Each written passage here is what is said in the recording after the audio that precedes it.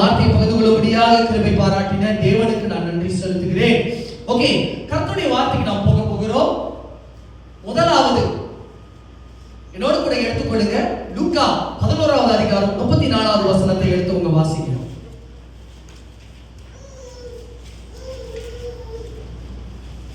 இன்னொரு இது கர்த்தருடைய வார்த்தை, அதனால இது ஒரு சடங்காச்சாரிய ஒரு ஆராதனை இல்லை. சடங்காச்சாரியம் என்ன தெரியுங்களா?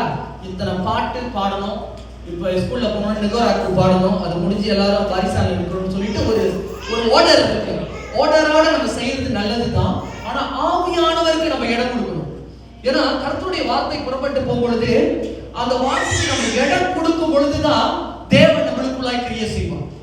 அந்த வார்த்தைக்கு நம்ம இடம் கொடுக்கலன்னு சொன்னா அது ஒரு சடங்காச்சாரியமான ஒரு பிரசங்கம், இவ்வளவு நேரம் ஓடும், அது முடிஞ்சோட நம்ம அடுத்த காரியத்தை பண்ணலாம்னு சொல்லி இந்த மாதிரியான காரியங்களை நம்ம யோசிச்சுக்கிட்டு இருந்தோம் சொன்னா ஆவியானவர் நம்மளுக்குள்ளாய் கிரியை செய்ய முடியாது.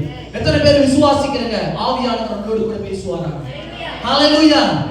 எடுத்துக்கொள்ளுங்க 11:34 லூக்கா 11:34 எடுத்தவங்க வேகமா வாசிங்க. கண்ணானது சரீரத்தின் விளக்காய் இருக்கிறது. உன் கண் தெளிவாய் இருந்தால் உன் சரீரம் முழுவதும் வெளிச்சமாய் இருக்கும்.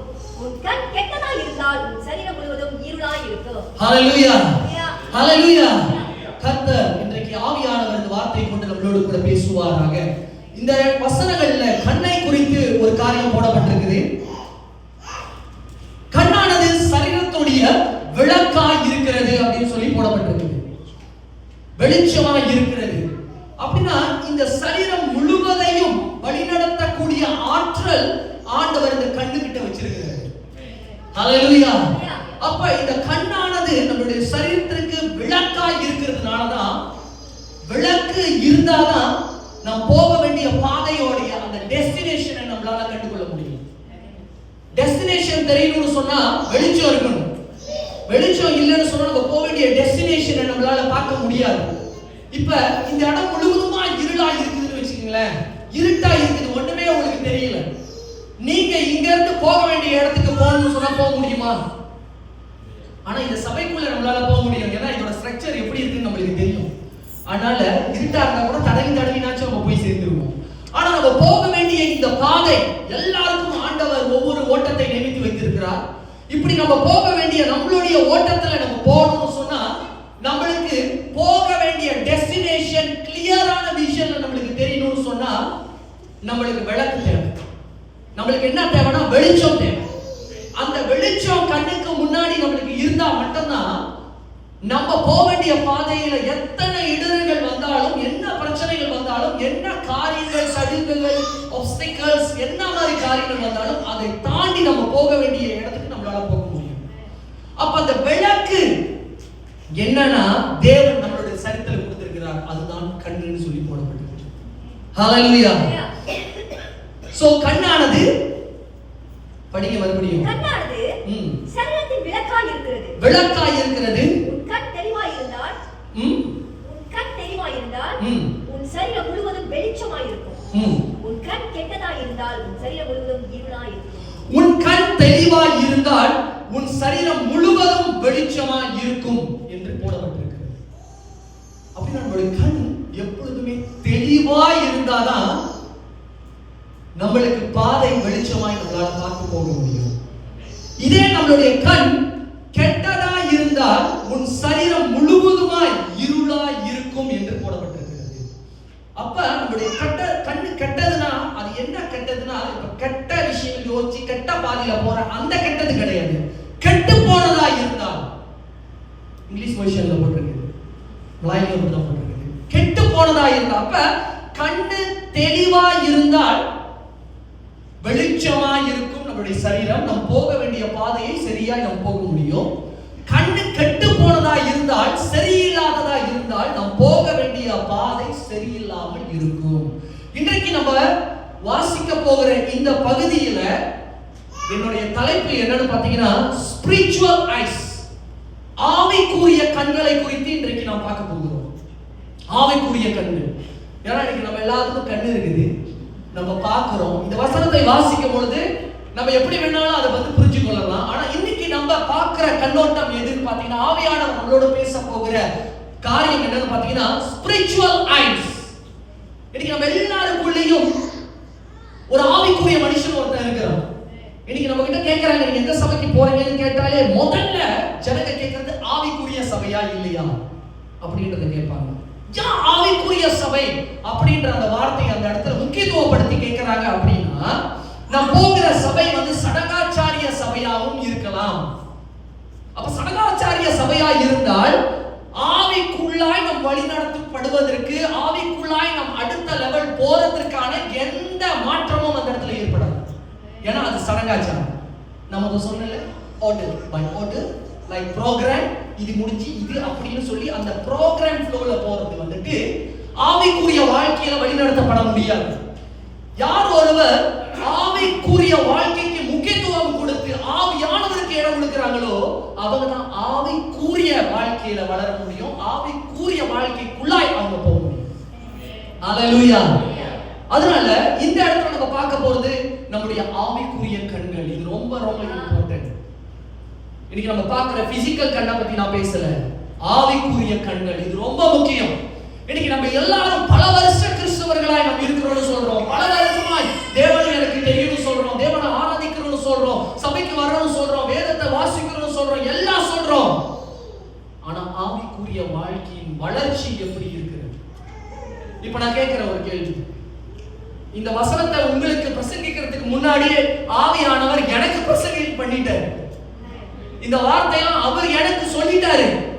அதை சொன்னதுதான் இன்னைக்கு நான் உங்ககிட்ட சொல்றேன். அதனால அந்த சொல்லப்படுகிற வார்த்தை காங்கிரிகேஷன் சபையாருக்கு மட்டும் இல்ல, இங்க நின்று பிரீச் பண்ற எனக்கும் ஆவியானவர் இந்த வார்த்தையை பேசி இருக்கிறார். அதுதான் இன்னைக்கு உங்ககிட்ட நான் பேசுறேன். ஹல்லேலூயா. அவர் நம்மளோடு கூட பேசுகிற தேவன். ஹல்லேலூயா. ஹல்லேலூயா. இன்றைக்கு நம்மளுக்கு ரெண்டு விதமான உலகங்கள் இருக்கு. ஒண்ணு நம்ம வாழ்ற, நம்ம பார்க்கிற இந்த பிசிக்கலான வேர்ல்ட், இந்த பிசிக்கலான உலகம், பிசிக்கலான போர்டு. இன்னொன்னு நம்ம பார்க்க முடியாத, அதாவது தேவனை அறியாதவர்கள் என்ன சொல்லுவாங்க, அமானுஷ்யமான ஒரு காரியம் சொல்லுவாங்க. அமானுஷ்யமான விஷயங்கள் அப்படின்னா நம் கண்களால, இந்த பிசிக்கல் கண்ணால நம்ம பார்வையால பார்க்க முடியாத அமானுஷ்யமான ஆவிக்குரிய காரியங்கள் நிறைய இருக்குது. இன்னைக்கு வேதத்துல சொல்லப்பட்டிருக்குது ஆவிக்குரிய மண்டலங்கள் என்று சொல்லப்பட்டிருக்கு. அப்ப சாத்தான் இன்னைக்கு ஒரு ஆளை வீழ்த்தணும், அவனை தாக்கணும், அவங்கள பாவத்துல விழுவைக்கணும், அவங்கள தேவனை விட்டு பிரிக்கணும்னு சொல்லி செயல்படுகிற இந்த சாத்தான் நீங்க நினைக்கிற மாதிரி இல்ல, நீங்க பார்க்கிற மாதிரி உங்க கண்ணெதிரே ஒரு மனுஷனை போல தோண்டி அவன் வேலையை செய்வதை விட அவனுடைய ஆவிக்குரிய மண்டலங்கள்ல இருந்து அவன் செய்கிற காரியங்கள் அநேகமாக இருக்கும். வேதத்தை நம்ம வாசிக்க முடியும். பக்தன் ஜெபிக்கிறார், அந்த ஜெபத்திற்கு பதிலுக்கு அவர் வெயிட் பண்ணிக்கிட்டே இருக்காரு. அந்த தூதன், காபிரியல் தூதன் அந்த பக்தன் இடத்துல சொல்றாரு, என்ன சொல்றாரு, நீ ஜெபித்த ஜெபத்தை தேவன் கேட்டாரு, அப்பயே பதிலை என்கிட்ட கொடுத்துட்டாரு, உன்கிட்ட கொடுக்க சொல்லி. ஆனா அந்த பதிலை நான் கொண்டு வர்றதுக்கு வானமண்டலத்துல சாத்தான் நடுவுல போராடிட்டு இருக்கான். அந்த பதிலை உன்கிட்ட கொண்டு வர்றதுக்கு அவன் விட மாட்டான், நடுவுல அவன் பிளாக் பண்றான். என்ன, அவனோட யுத்தம் செய்து அவனை தாண்டி தான் நான் உன்கிட்ட கொடுக்கிறேன், அதனாலதான் சற்று தாமதம் சொல்லி அவர் சொல்றாரு. ஆனா பிசிக்கல் பாடியில இருக்கிறவங்களுக்கு இந்த வானமண்டலத்தில் நடக்கிற இவ்விதமான காரியங்கள் அவங்களுக்கு தெரியாது. ஆனா தேவனோட பிள்ளைகளா இருக்கிற நம்மளுக்கு நன்றாய் தெரிஞ்சிருக்க வேண்டிய ஒரு காரியம் இந்த வசனத்துல போடப்பட்டிருக்கிறது. கண்ணானது சரீரத்தின் விளக்காய் இருக்கிறது. I'm talking about the spiritual eyes. நம்முடைய ஆவிக்குரிய பார்வை எப்படி இருக்கு? இன்னைக்கு நிறைய பேருக்கு ஆவிக்குரிய பார்வையே கிடையாது, ஆவிக்குரிய கண்ணே கிடையாது. அதனாலதான் சுத்தி என்ன நடக்குதுன்னு ஒண்ணுமே தெரியாது. ஒரு ரோபோட்டை போல செயல்படுவாங்க. ரோபோட் ப்ரோக்ராம் பண்ணி வச்ச ரோபோட் செயல்படுவாங்க. அந்த மாதிரி அவங்களோட daily routine, daily program, everything is lead by program. இது முடிஞ்சு என்ன செய்யணும், இது முடிஞ்சு என்ன செய்யணும் அப்படி சொல்லி ஒரு டைம் டேபிள் பிரகாரம் ஓடிக்கிட்டே இருக்கும். பிகாஸ் அவங்களுடைய ஆவிக்குரிய கண்கள் இன்னும் திறக்கப்படவே இல்லை. ஆவிக்குரிய கண்கள் திறக்கப்படும் பொழுது நமக்கு கண்ணுக்கு இன்னும் அதிகமான காரியங்களை தேவன் வெளிப்படுத்துவார். வானமண்டலத்தில் இருக்கிற நம்ம சொன்ன மாதிரியான உலக பிரகாரமான உள்ள ஜனங்கள் சொல்லுகிறது அமானுஷ்யம் என்று சொல்வார்கள். இப்படிப்பட்ட பல விஷயங்களை தேவன் நம்மளுக்கு காண்பிப்பதற்கு இந்த ஆவிக்குரிய கண்கள் எல்லா கிறிஸ்தவர்களுக்கும், எல்லா தேவனை அறிந்தவர்களுக்கும் திறக்கப்பட வேண்டும். நம்ம சொன்ன மாதிரி இன்றைக்கு நாம் தேவனுக்குள்ளா இருக்கிறோம் என்று சொல்றோம். இவ்வளவு தூரம் தேவனுக்குள்ளாய் வளர்ந்திருக்கிறோம். கண்டிப்பா அடுத்த லெவல் போனோங்க. கண்டிப்பா நெக்ஸ்ட் லெவல் ஸ்பிரிச்சுவல் growth இருக்கணும். ஒரு சந்தோஷமான விஷயம், அடுத்த வாரம் சண்டே 16ஆம் தேதி வந்துச்சுன்னா இந்த ஜோஜாயா ஊழியத்தை நம்ம ஸ்டார்ட் பண்ணி 1 வருட காலங்கள் பூர்த்தியாயிருச்சு. ஹalleluya ஹalleluya. 1 வருஷ காலம் ஆயிருச்சு. சந்தோஷம். அதுக்கு ஒரு செலிப்ரேஷன் வேற நம்ம பண்ணுவோம். அப்படியே சீனியர் பாஸ்டர் அடுத்த மாசம் 9ஆம் தேதி 2வது வாரம் தான் வரேன்னு சொல்லியிருக்காரு. அதனால நம்ம அடுத்த வாரம் பண்ணாம அடுத்த மாசம் அவர் வரும்போது நம்ம அதுக்கு செலிப்ரேஷன் பண்ணுவோம். எத்தனை பேருக்கு சந்தோஷம்? சந்தோஷமாவே தெரியும். சந்தோஷமா? சந்தோஷம். இது சந்தோஷப்பட வேண்டிய ஒரு விஷயம். ஏன்னா 1 வருட காலத்துல ஆண்டவர் இந்த ஊழியத்துல நம்மளோடு இருந்து எத்தனையோ காரியங்கள் நம்மளுக்கு வந்திருக்குது. கண்ணுக்கு தெரிஞ்ச காரியம், கண்ணுக்கு தெரியாத வானமண்டல காரியம், இது எல்லாவற்றையும் கடந்து வரும்படியாக ஆண்டவர் உதவி செய்தார். அதுக்காக நம்ம செலிப்ரேஷன் பண்றோம், நினைவு கூறுகிறோம். சந்தோஷம்.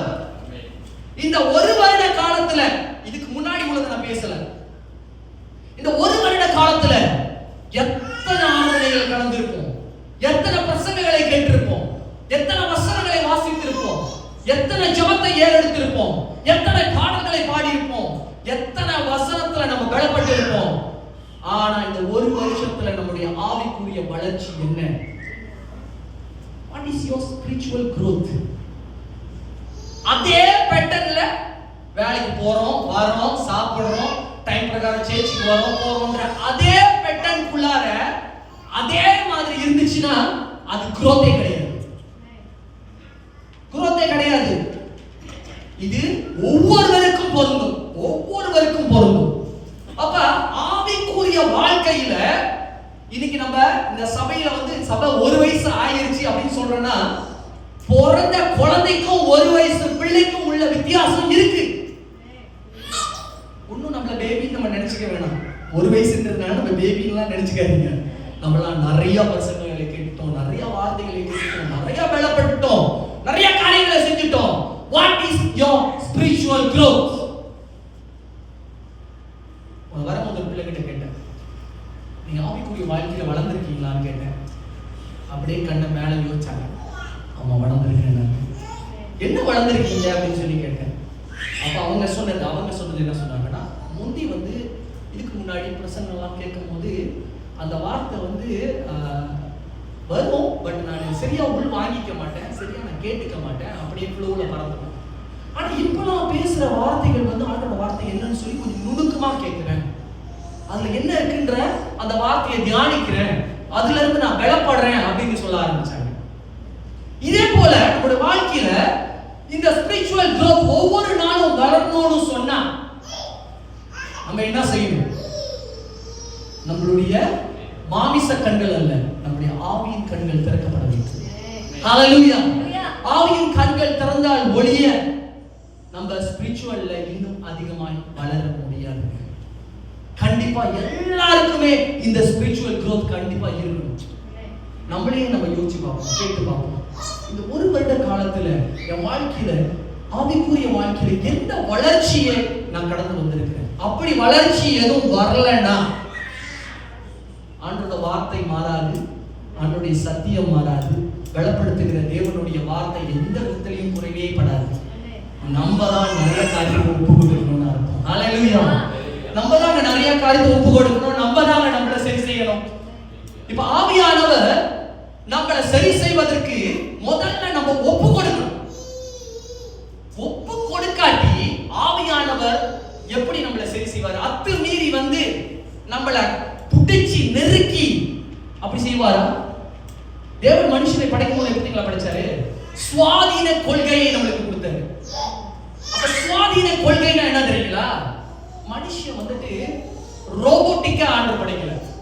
சொந்தமா சுயமா நன்மை எது தீமை எது, எதை தேர்ந்தெடுக்கணும் எதை தேர்ந்தெடுக்க கூடாது, எப்படி வாழணும் எப்படி வாழக்கூடாது, இப்படின்ற எல்லா காரியத்தையும் சிந்திக்கக்கூடிய சுய கொள்கையை, சொந்தமா முடிவெடுக்கக்கூடிய தன்மையை ஒவ்வொரு மனுஷனுக்கும் ஆண்டவர் கொடுத்து யூனிக்கா படைச்சாரு.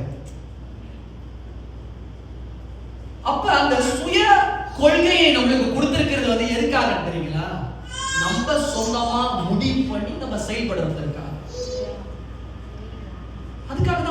இருக்கக்கூடிய கொள்கையை நம்மளுக்கு கொடுத்தாரு.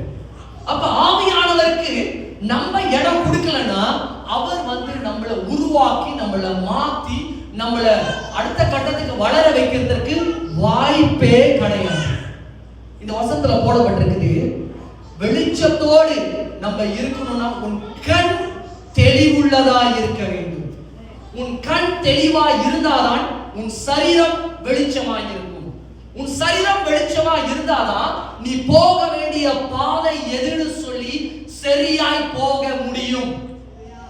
இதே நம்மளுடைய கண் கெட்டு போயிருந்தால், கெட்டதா இருந்தால் போட்டிருக்கு, அதான் கெட்டு போயிருந்தால், அதாவது கண் திறக்கப்படாமல் இருந்தால், கண் அடைக்கப்பட்டிருந்தால், மறைக்கப்பட்டிருந்தால், குருடாய் இருந்தால் உன் சரீரம் முழுவதும் இருளாய் இருக்கும். சரீரம் முழுவதும் இருளாய் இருந்தால் நீ போக வேண்டிய பாதை சரியா போய் சேர முடியாது. ஹல்லேலூயா, ஹல்லேலூயா. நான் மறுபடியும் சொல்றேன், ஆண்டவர் சொல்றது, உங்களுக்கு போராட்டம் ரத்தத்தோடும் மாமிசத்தோடும் அல்ல. அப்படின்னா என்ன அர்த்தம் தெரியுங்களா? நீங்க பாக்குற இந்த மனுஷர்களோட வாக்குவாதம் பண்ணிக்கிட்டு, சண்டையை போட்டுக்கிட்டு, போராமப்பட்டுக்கிட்டு, குறை பேசிக்கிட்டு, ஒருத்தருக்கு ஒருத்தர் எப்ப பார்த்தாலும் இந்த கோசிப் பண்ணிக்கிட்டு, இந்த மாதிரியான காரியத்துல உங்களுக்கு யுத்தம் இல்ல.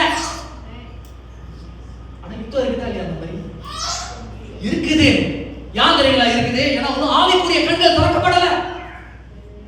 ஸ்பிரிச்சுவல் ஐஸ் இன்னும் திறக்கல.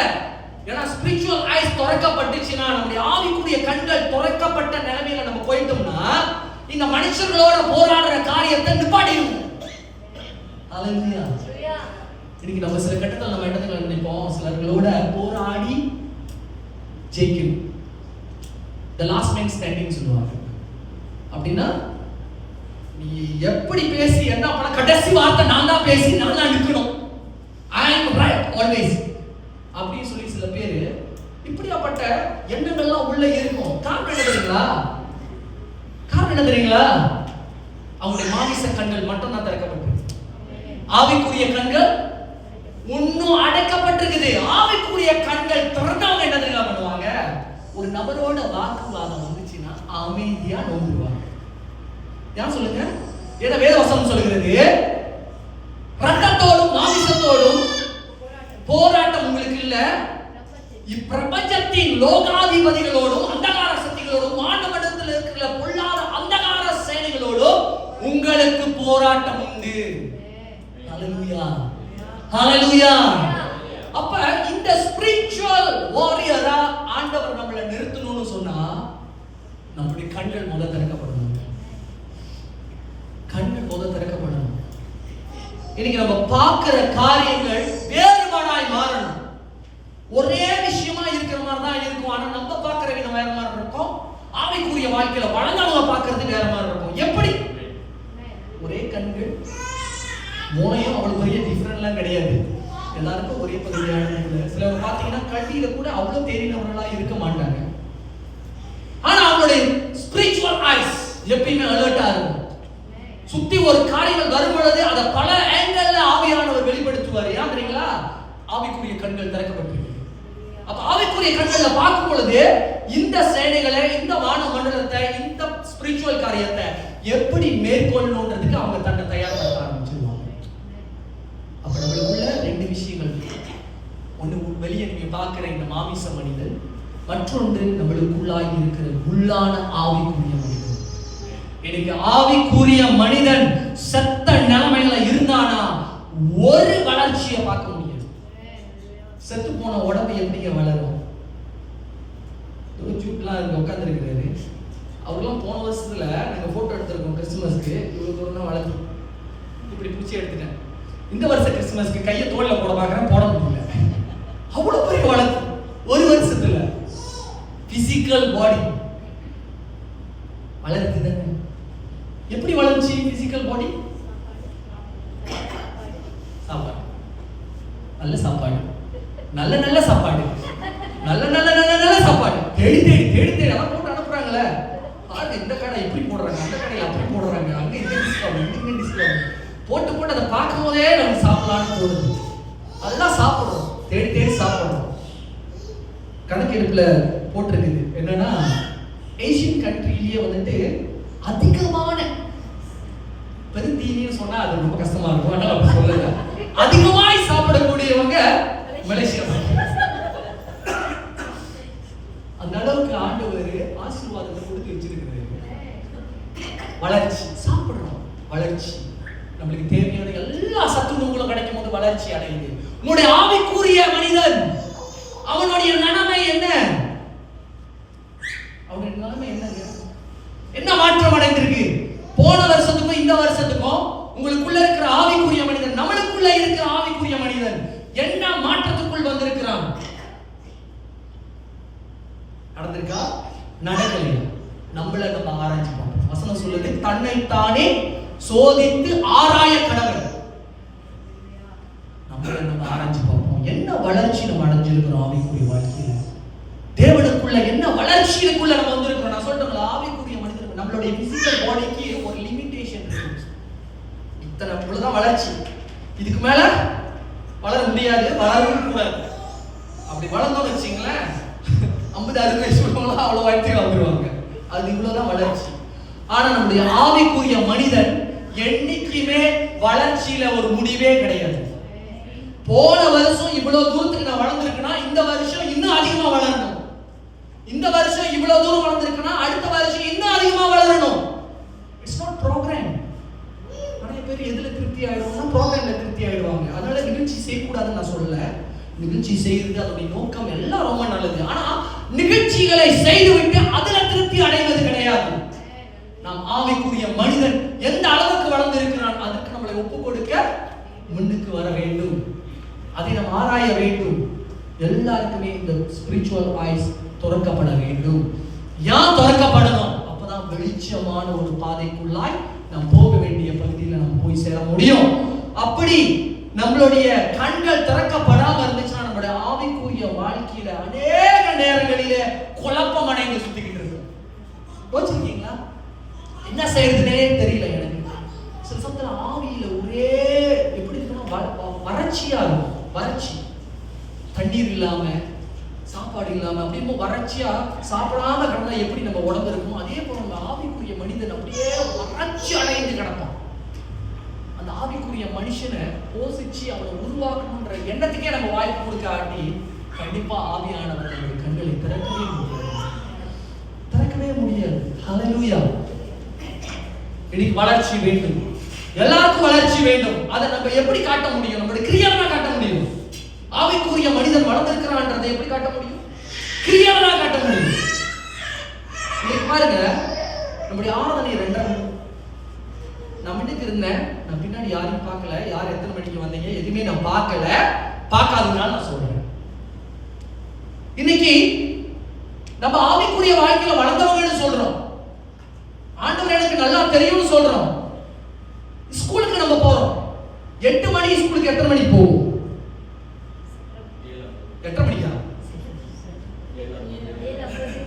8 மணிக்குள்ளாக சென்று ஸ்கூலுக்கு நீங்க அவங்க சொன்ன டைமுக்கு முன்னாடி போனா கேட்டை சாத்திடுவாங்க. வெளியே நிற்கணும். அப்புறம் டிசிப்ளின் செக் போய் பார்க்கணும். இந்த மாதிரி யாராவது பட்டிருக்கீங்களா? போக முடியும், போக முடியாதுன்னு சொல்ல. என்னைக்காவது எப்பயாவது சூழ்நிலைகள் சமத்துல எதிராக இருக்கும். ஆமாவா இல்லைங்களா? எதிர்ப்பா இருக்கும். ஆனா டெய்லி 8 மணி ஸ்கூலுக்கு நீங்க வந்து 8:30 மணிக்கு போனீங்கன்னா டெய்லினா உங்களை சஸ்பெண்ட் பண்ணிடுவாங்க. ஸ்கூல்ல லெட்டர் கொடுத்துருவாங்க. கொடுப்பாங்களா கொடுக்க மாட்டாங்களா? அங்க டீச்சர் ஃபேமிலி நிறைய பேர் இருக்காங்க, தெரியும். கொடுத்துருவாங்க. உங்களுக்கு வேலை சிங்கப்பூர் வேலை. எத்தனை மணி வேலை? 8 மணி வேலை. எத்தனை மணிக்கு இங்க வேலைக்கு போகணும்? 6 மணிக்கு எந்திரிச்சு ரிலாக்ஸா கிளம்பி தேர்தலியை குடிச்சிட்டு கிளம்பி 7 மணிக்கு இங்கிருந்து வெளியாகும். 1 மணி நேரம் இருக்குன்னு யோசிப்பீங்களா? ஐயோ கஷ்டம் கியூ நினைச்சா 4 மணிக்கெல்லாம் எழுந்திரிச்சு 4:30க்கெல்லாம் வெளியாகி ஆகணுமே. போறமே ஏங்க வேலை. நல்லா கவனிங்க. இது நம்மளுடைய பிசிக்கல். இது நம்ம போறது செய்யறது படிக்கிறது பிசிக்கல். நம்ம வேலைக்கு போறதே பிசிக்கல். இது எல்லாமே இந்த உலகத்துல நம்ம வாழ்றதுக்கான பிசிக்கல். ஆவிக்குரிய வாழ்க்கையோடைய சபை என்ன சம்பளமா வட்டியில போறாங்க அப்படி நம்ம யோசிக்க கூடாது. நம்ம என்ன பண்ணணும்? 2:30 மணி ஆராதனையா, 2 மணிக்கு 2:10க்கு ஜெபம். ஜெபம் யாருக்கு? அதெல்லாம் முன்னுக்கு வர்றவங்களுக்கு. எப்படி ஜெபம்லாம் யாருக்கு? அதெல்லாம் முன்னுக்கு வர்றவங்களுக்கு. சில பேர் வந்து என்கிட்ட பர்சனலா சொல்லியிருக்காங்க, இப்ப வேலை விட்டு முடிச்சு வர்றவங்க, சில சூழ்நிலை இது முடிச்சுட்டு நாங்க வரோம், என்னைக்காவது ஒரு நாள் ஏற்படுங்க. ஆனா ஆல்வேஸ் இருக்குன்னா நம்ம ஆவிக்குரிய வாழ்க்கையில சின்ன காரியத்தை தான் நான் சொல்றேன், வளர வேண்டியது எவ்வளவு இருக்கு பாத்தீங்களா? எவ்வளவு இருக்குது, நிறைய இருக்குதுங்க ஆவிக்குரிய வாழ்க்கையில வளர வேண்டியது.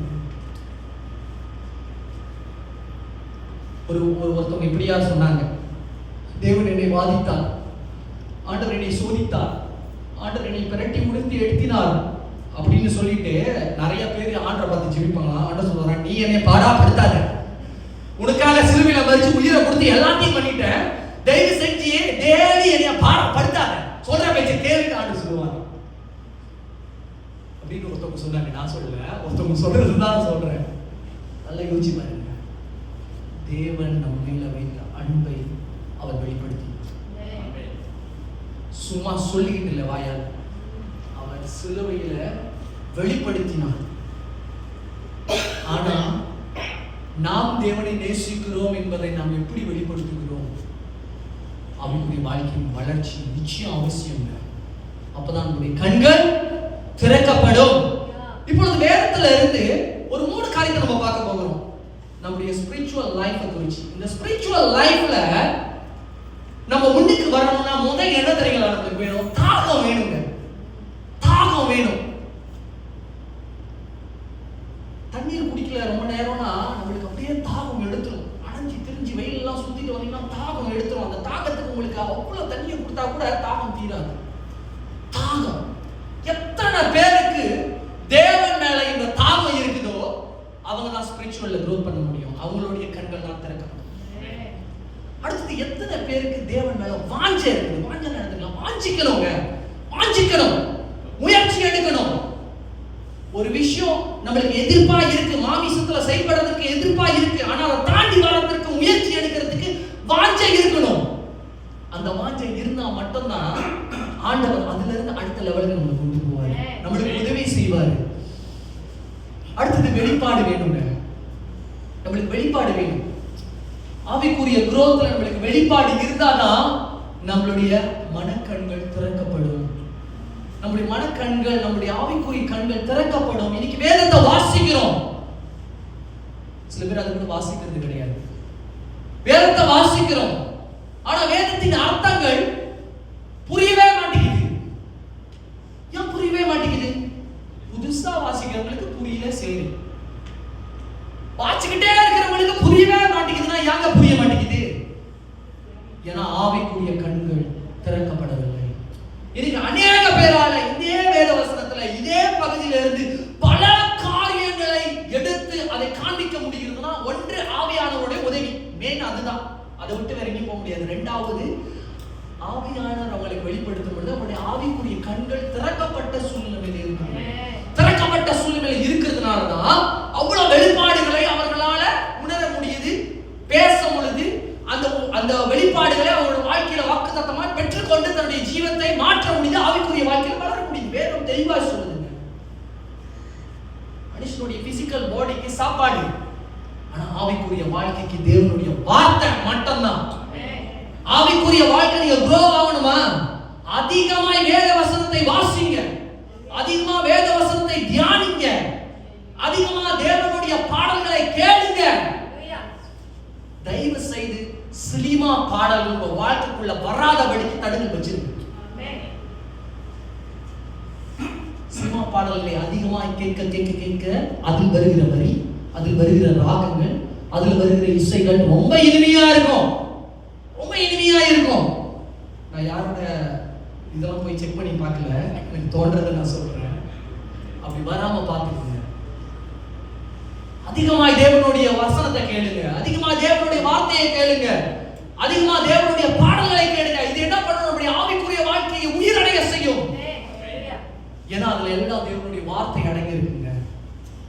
நீ சோசியல் மீடியா இருக்கு, சில சோசியல் மீடியா பார்க்கும்போது நான் உண்மையா சொல்றேன், ரொம்ப வேதனையா இருக்கு. என்ன வேதனை தெரியுங்களா?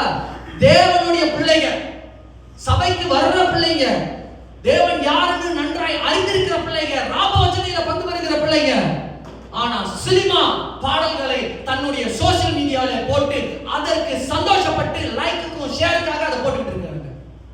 இவ்வளவு வேதனை. அது அவங்களுக்கு அடுத்த கேள்வி என்னதுக்குள்ள வரும்? சினிமா பாடல் மியூசிக் கேட்டா ஒன்றும் தப்பு இல்லையா, பாடல் கேட்டா அப்படி தப்பு பைபிள்ல போடவே இல்லை. ஏன் அந்த கேள்வி வருது? இன்னும் ஆவிக்குரிய வாழ்க்கையில வளரல, ஆவிக்குரிய மனக்கண்கள் திறக்கப்படல. ஆனா அவங்க இப்படி கேள்வி கேட்கறவங்கள பார்த்து என்ன சொல்லுவாங்க? அவங்க என்ன சொல்லுவாங்க? நீங்க ரொம்ப ஃபினட்டிக்கா இருக்கீங்க. என்னவா? ரொம்ப ஃபினட்டிக்கா இருக்கீங்க. அதாவது நீங்க ரொம்ப அந்த காலத்து ஆளு மாதிரி இருக்கீங்க. ஆவிக்குரிய கண்கள் திறக்கப்படல. நான் உங்க வசனத்துல காட்டுறேன். ஆவிக்குரிய கண்கள் தேவனோடு கூட இருக்கிற நிறைய பேருக்கு திறக்கப்படாம இருந்திருக்கு.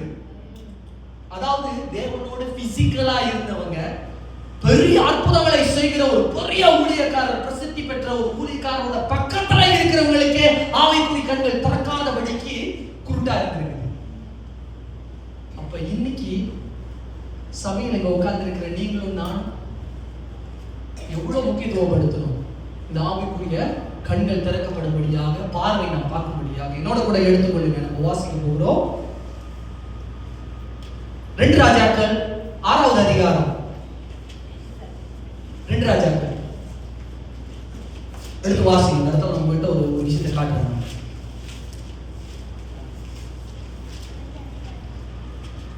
2 ராஜாக்கள் 6வது அதிகாரம்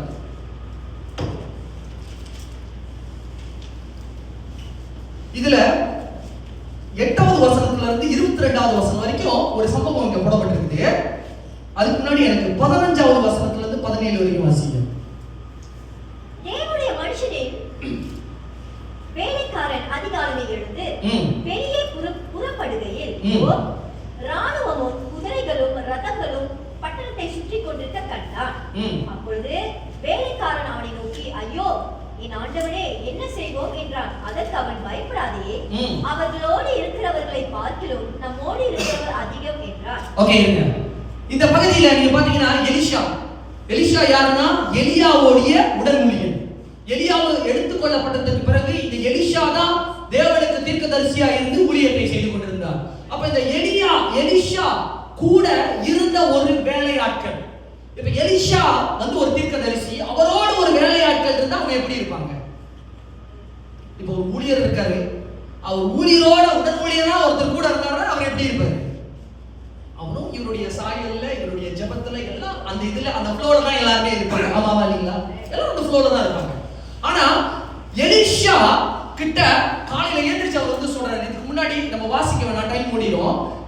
எழுதி வச்சுக்கோங்க. 8வது வசனத்துல இருந்து 22 வரைக்கும் அந்த சம்பவம் போடப்பட்டிருக்கு. என்னன்னா, சிரியா நாட்டு ராஜா என்ன பண்ணுவாங்க, இந்த இஸ்ரேல் மேல தாக்குதல் செலுத்தும்படியாக இவங்க ராணுவத்தை கொண்டு வந்து எப்படியாச்சும் இவங்களை வகை தேடி இவங்களை நம்ம பிடிச்சு கொண்டுடலாம்னு சொல்லி ஒரு திட்டத்தை போட்டுக்கிட்டு இருப்பாரு. சோ இந்த விஷயம் வந்துட்டு எலிஷாவுடைய காதுக்கு வந்துரும். இப்ப எலிஷா என்ன பண்ணுவாரு, இந்த இஸ்ரேல் நாட்டு ராஜா கிட்ட போய் சொல்லுவாரு, நீங்க தயவு செய்து நீங்க குறிப்பிட்ட இந்த எல்லையை தாண்டி நீங்க போக கூடாது, உங்க ஜனங்களை அனுப்ப கூடாது.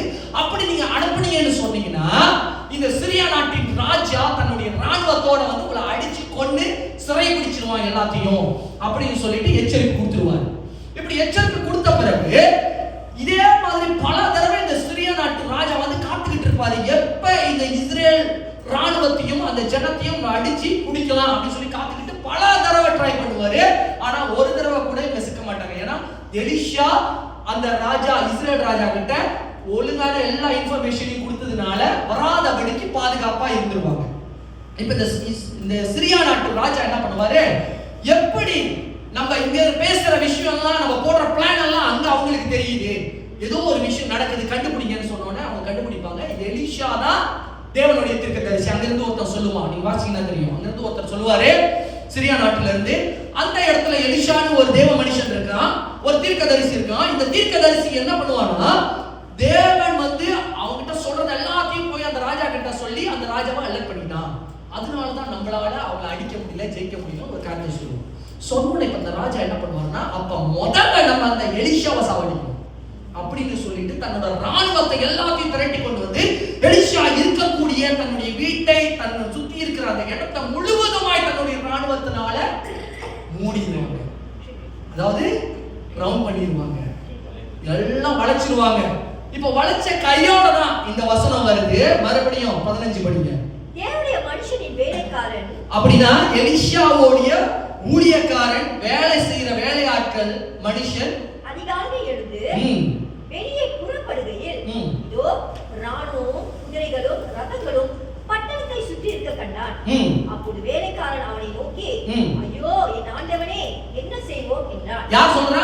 வேலைக்காரன். தேவனோடு, அதாவது எலிஷாவோடு கூட இருந்த தன்னுடைய ஊழியக்காரன், தன்னுடைய வேலைக்காரன் சொல்றான், எல்லாரும் நம்மள வந்து சுத்திட்டாங்க. இது எங்க நடக்குது? பிசிக்கல். அவன் கண்ணுல பார்க்கக்கூடிய அளவுக்கு அவனுக்கு தெரியுது, எல்லாரும் வந்து சுத்திட்டாங்க. இப்ப நம்ம என்ன செய்ய போறோம் தெரியல, ஐயோ நல்லா மாட்டிக்கிட்டோம் அப்படின்னு சொல்லிட்டு தன்னுடைய ஊழியக்காரங்கிட்ட இவர் சொல்றாரு. ஆனா இந்த டைம்ல எலிஷா எங்க இருக்கிறா? உள்ள இருக்கிறாரு. அவர் ஒன்றும் பார்க்கவே இல்லை என்ன நடந்துச்சுன்னு சொல்லிட்டு. அடுத்த வசனம் வாசிங்க. அதற்கு அவன், பயப்படாதே, அவர்களோடு இருக்கிறவர்களை பார்க்கிலும் நம்மோடு இருக்கிறவர் அதிகம் என்றார். ஹalleluya. இப்ப எலிஷா வந்து என்ன பண்றாருன்னா, இப்பதான் வராரு. வந்துட்டு அவர்கிட்ட சொல்றேன், நீ பயப்படாத, நீ பயப்படாத.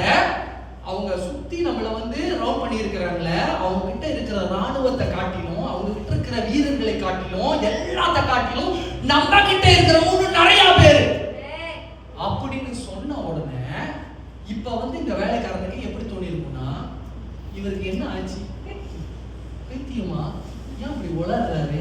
தெரியலையே ஏன் அப்படின்னா, இங்க இருக்கிறது யார் தெரியுங்களா? உண்மையாவே எலிஷாவும் அவனுடைய வேலைக்காரனும் அந்த ஊழியக்காரனும் மட்டும் தான் அங்க இருக்கிறாங்க.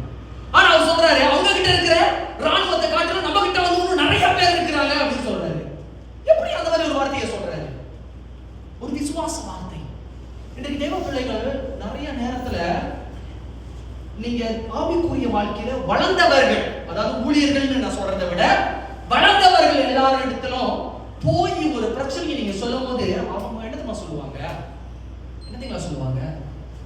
இந்த பிரச்சனையை சமாளிப்பதற்கு ஆண்டவர் உங்களுக்கு எப்படி உதவி செய்வார், நீங்க எப்படி ஆண்டவரை தேடணும், எப்படி ஆண்டவரை நம்பணும்னு சொல்லி ஒரு விசுவாச வார்த்தையை சொல்லும் பொழுது சமுத்திரம் நம்மளுக்கு எப்படி மாத்தணும்?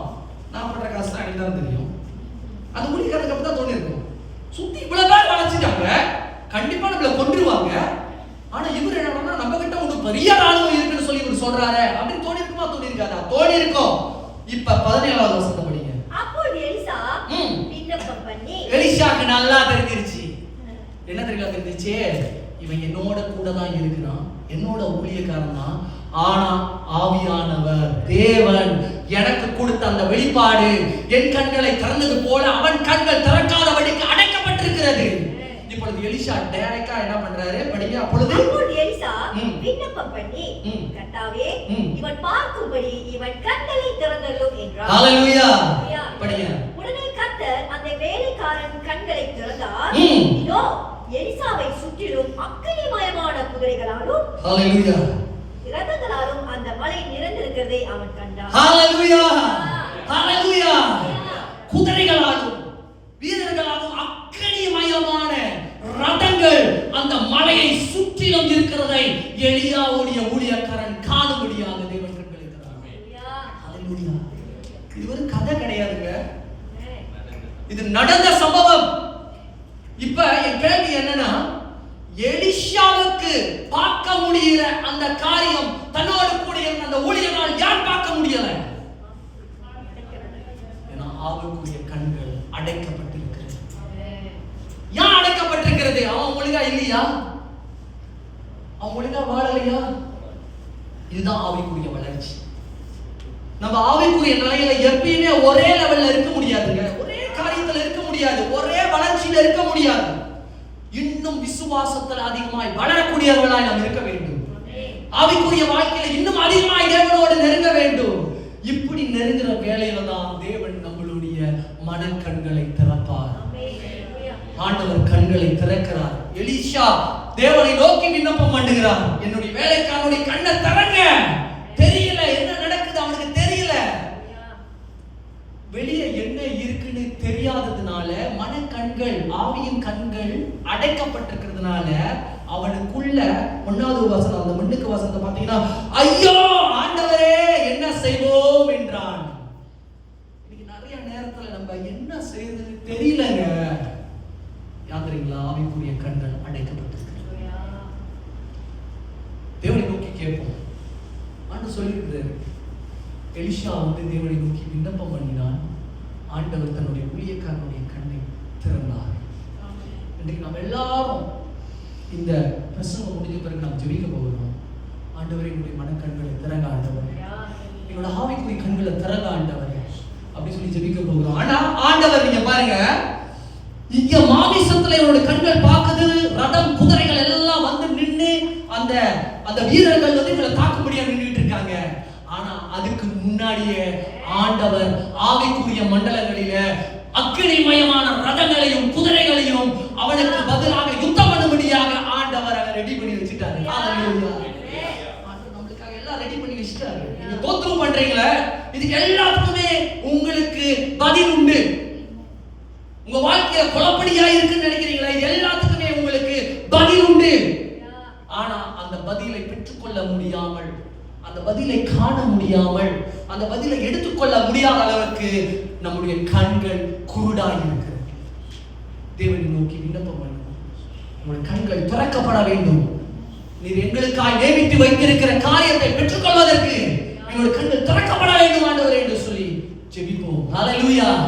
இது ஒன்றாவது நடந்த ஒரு சம்பவம். அடுத்து இரண்டாவது ஒரு சம்பவத்தை நம்ம வாசிப்போம். ஏன்னா இதுல இன்னும் நிறைய காரியங்கள் இருக்கு, எலிமினேட் பண்றதுக்கு டைம் இல்லை. ஆனா நான் சொல்லக்கூடிய அந்த முக்கியமான பகுதி, வேலைக்காரனோட கண்ணு அடைக்கப்பட்டிருந்துச்சு. எலியாவோட கண்ணு ஆண்டவர் திறந்து வச்சிருந்தாரு. அந்த இடத்துல என்ன சம்பவங்கள் நடந்ததுன்னு சொல்லி வாசிக்க முடியும். அடுத்தது இன்னொரு பகுதியை வாசிக்க போகிறோம். எடுத்துக்கொள்ளுங்க, என்னாகமம் 22வது அதிகாரம். ஏற்கனவே இந்த பிரசங்கத்தை நான் பண்ணியிருக்கிறேன். இந்த இடத்துல பிலியாம் என்று சொல்லி ஒரு தீர்க்கதரிசி இருப்பான். என்னாகமம் 22வது அதிகாரம் எடுத்துக்கொள்ளுங்க.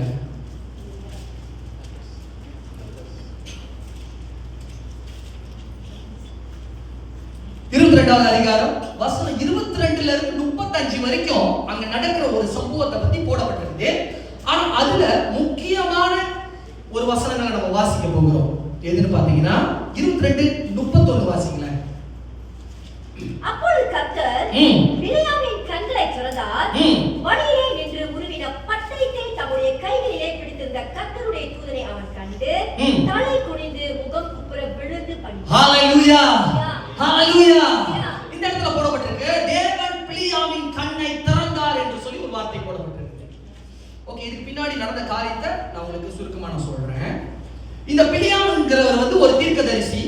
இந்த தீர்க்கதரிசியை பாலாக் என்கிற ஒரு ராஜா என்ன பண்ணுவார்னா, மோவாப் நாட்டை சேர்ந்த பாலாக் என்கிற இந்த ராஜா இந்த பிலியாம் தீர்க்கதரிசியை கூப்பிட்டு தன் நாட்டுக்கு எதிராய் இஸ்ரேல் மக்கள் வந்துடக்கூடாது, இஸ்ரேல் ஜனங்க வந்து போர் செஞ்சிடக்கூடாது, இவங்க நாட்டுக்குள்ள நுழைஞ்சிடக்கூடாதுன்னு சொல்லிட்டு இந்த இஸ்ரேல் மக்களை அவங்க வந்து வீழ்த்தணும், சாவடிக்கணும் அப்படின்னு சொல்லிட்டு இந்த பிலியாம்ங்கிற இந்த தீர்க்கதரிசியை கூப்பிட்டு காசு கொடுத்து சபைக்கு இவங்களை ஏவி விடுறதுக்கு இந்த பிலியாமை வந்து கூட்டிட்டு வருவாங்க. அப்ப இவங்களுடைய மந்திரிமார்கள் பிரபுமார்கள் எல்லாம் அனுப்பி பிலியாம் அப்படின்ற தீர்க்கதரிசியை கூட்டிட்டு வந்து இந்த இஸ்ரேல் மக்களை சபிச்சிட்டா ஆண்டவர் வந்து இவங்களை சபிச்சிருவாரு, அதோட இவங்களை நம்ம ஜெயிச்சலாம், அவங்க நம்ம நாட்டுக்குள்ள வந்து எதுவும் செய்ய முடியாதுன்னு சொல்லிட்டு தேவ பிள்ளைகளுக்கு விரோதமாய் செயல்படும்படியாக இந்த பிலியாம்ங்கிற தீர்க்கதரிசியை கூலி கொடுத்து கூப்பிடுறதுக்கு இன்னும் பெரிய பெரிய கூலிகளை அவங்களுக்கு ஆஃபர் பண்ணுவாங்க. நீங்க பின்னாடி வீட்டுக்கு போய் வாசிங்க, 22வது வசனத்துல 35 வரைக்கும் இருக்குது இந்த பகுதி மட்டும். இப்ப இந்த பிலியாம் கிட்ட ஆண்டவர் சொல்லுவாரு, முதல்ல நீ போ வேணாம், நீ சபிக்க வேணாம், அது என்னோட ஜெபம் சொல்லிடுவாரு. இவர் யாரு? தீர்க்கதரிசி. நல்லா கவனிங்க, தீர்க்கதரிசி. அப்ப தீர்க்கதரிசின்றவர் வந்து தேவனோட எவ்வளவு கனெக்ஷன்ல இருக்கக்கூடியவங்க. தேவனே அவனோடு கூட போய் பேசுவாரு. இன்னைக்கு உங்க வீட்டுக்கு வந்திருக்கிறவர் யாரு, எதுக்கு வந்தாங்க, யார் தங்கினாங்கன்னு தேவனே போய் கேட்பாருன்னா எப்படிப்பட்ட ஒரு தீர்க்கதரிசி. ஆனா அந்த தீர்க்கதரிசியை குறித்து அந்த பிரசங்கத்துல நான் சொல்லியிருந்தேன், பண ஆசை உடையவன், வஞ்சனை இருந்தவன். இப்படியாப்பட்ட பண ஆசை தன்னை தூண்டி தேவனுக்கு விரோதமாக, தேவ மக்களுக்கு விரோதமாக செயல்படும்படியாக, சபிக்கும்படியாக இவன் கடந்து போகிறத நம்ம பார்க்க முடியும். இப்ப கடந்து போகும் பொழுது இவனோட கழுதையை கூட்டிக் கொண்டு இந்த கழுதை மேல ஏறி ஆண்டவர் முதல்ல போவேனான்னு சொல்லுவாரு, மறுபடியும் போய் கேட்பான், இப்ப ஆண்டவர் போன்னு சொல்லிடுவாரு. ஆனா இவன் போறது தேவனுக்கு பிரியம் இல்லாத ஒரு காரியம், பிரியம் இல்லாத காரியம். நல்லா கவனிங்க, தேவனுக்கு பிரியமில்லாத காரியத்தை செய்யும் பொழுது நம்முடைய கண்கள் அடைக்கப்பட்டிருக்கு. எப்படிங்க கண்டுபிடிக்கிறது தேவனுக்கு இது பிரியமா இல்லையா உங்களுடைய ஆவியின் கண்கள் திறந்திருந்தால் நிச்சயமா இதை நீங்க கண்டுகொள்வீங்க. சில பேருக்கு அவங்க செய்யறது தப்புனே தெரியாத அளவுக்கு உரைக்கிறது உணர்வு இல்ல. அவங்க செய்யறது தப்புன்ற உணர்வே இல்லாதபடிக்கு சில பேர் வாழ்க்கையை வாழ்ந்து கொண்டிருக்கிறார்கள். ஏன் தெரியுங்களா? ஆவிக்குரிய கண்கள் அடைக்கப்பட்டிருக்கு. திறக்கல போறாரு சபிக்கும்படியாக கழுத மேலேயே. கழுத மேல போயிட்டே இருக்கு. அந்த கழுதை என்ன பண்ணுதுன்னா போயிட்டே இருந்து டக்குன்னு வயல்ல இறங்கிடுச்சு.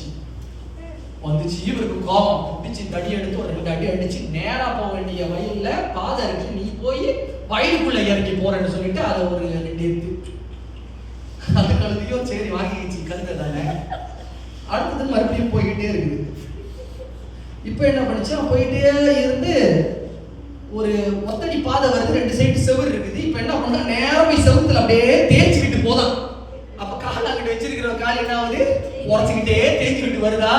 இந்த பிலியாம் தீர்க்கதரிசிக்கு செம்ம கோபம் வந்துருச்சு. மறுபடியும் தடி எடுத்து ஒரு 2 அடி, 1 2 எடுத்து கழுத ஒழுங்கா நட அப்படின்னு. இப்ப போய்கிட்டே இருந்து ஒரு இடத்துல பார்த்தா போறதுக்கு எங்கேயுமே வழி இல்லை. அந்த கழுதை அப்படியே அங்கேயே நின்று அப்படியே குதிச்சிருச்சு.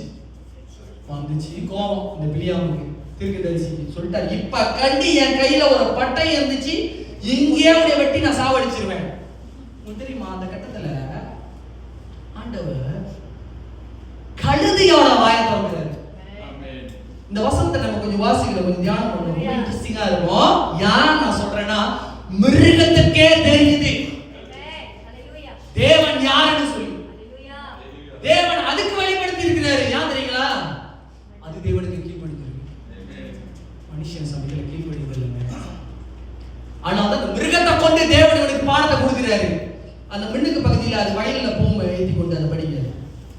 கழுதை கர்த்தருடைய தூதனானவர் இருபுறத்திலும் சுவர் வைத்திருந்த திராட்சை தோட்டத்தின் பாதியிலே போய் நின்றார்.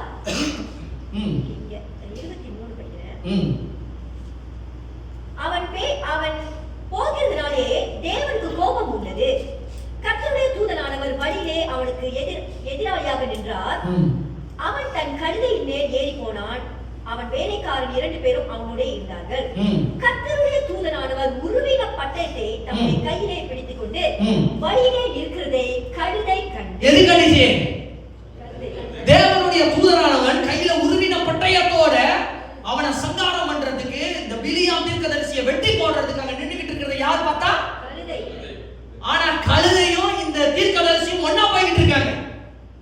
முதல்ல நம்ம பார்த்தோம், எலியா தீர்க்கதரிசிக்கு கண்கள் திறக்கப்பட்டிருந்துச்சு, கூட இருக்கிற ஊழியனுக்கு கண்ணு திறக்கப்படல. அதுக்காக ஜெபித்தார், திறந்ததுன்னு நம்ம பார்த்தோம். இதுல ரொம்ப வர்ஸ்ட், தீர்க்கதரிசியின் கண்ணு திறக்கப்படல, கழுதையோட கண்ணு திறந்திருக்கு. அல்லேலூயா. நல்லா யோசிச்சு பாருங்க. ஆண்டவர் கழுதையின் கண்ணு அந்த இடத்துல திறந்திருக்கிறாருன்னா கண்டிப்பா அவருக்கு அந்த கழுதையை பார்க்கும்போது இந்த தீர்க்கதரிசியோட அந்த கழுதை எவ்வளவு பெட்டர்னு அவருக்கு தோணிருக்காரா? சொல்லுங்க, தோணிருக்கோம் தோணாதா? சமத்தில் தேவனுக்கு கீழ்ப்படியாம அவனோட சத்தத்தை கேட்காம கண்கள் அடைக்கப்பட்டவர்களாக நம்ம சுத்திக்கிட்டு இருக்கும் போது ஆண்டவருக்கு இப்படி தாங்க இருக்கும்.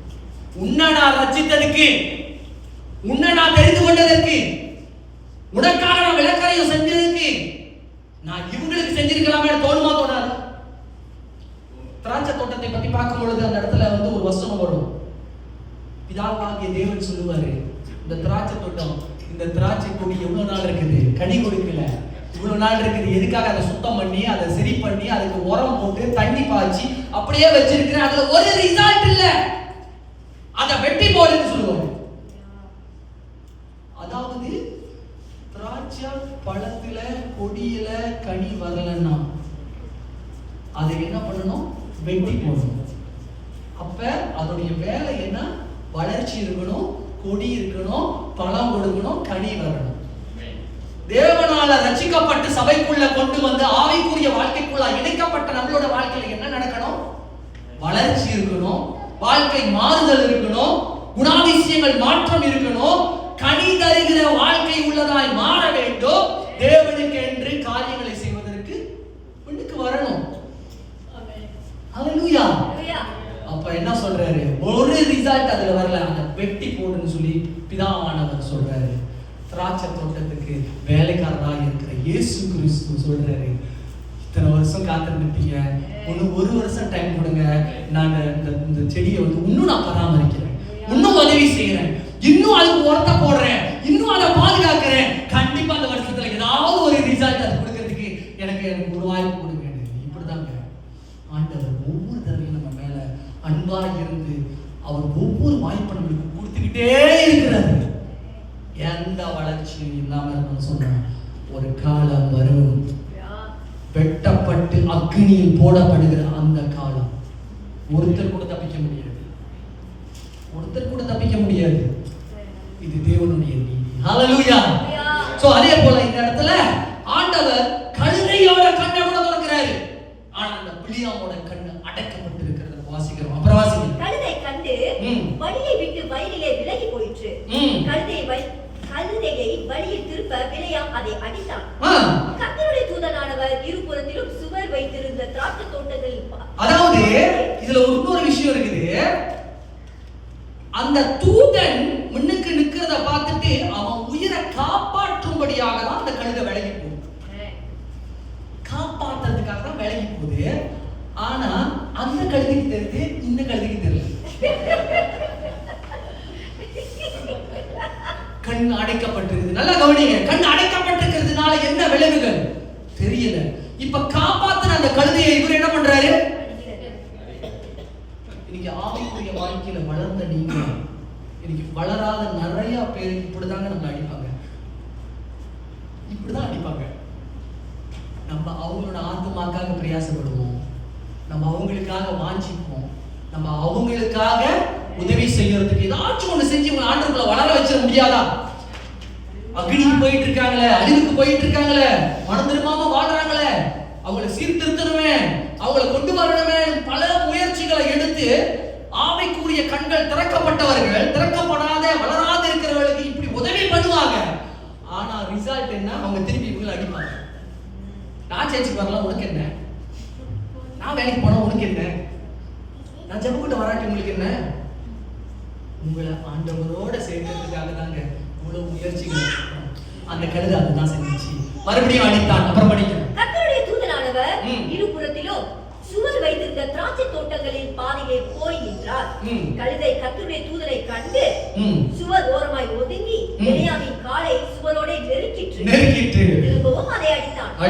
அப்பொழுது கர்த்தருடைய தூதன் அப்புறம் போய் வலதுபுறம் இடதுபுறம் விலக வழி இல்லாத இடுக்கமான இடத்திலே நின்றார். கர்த்தருடைய தூதன் அழகா லாக் பண்ணிட்டாரு.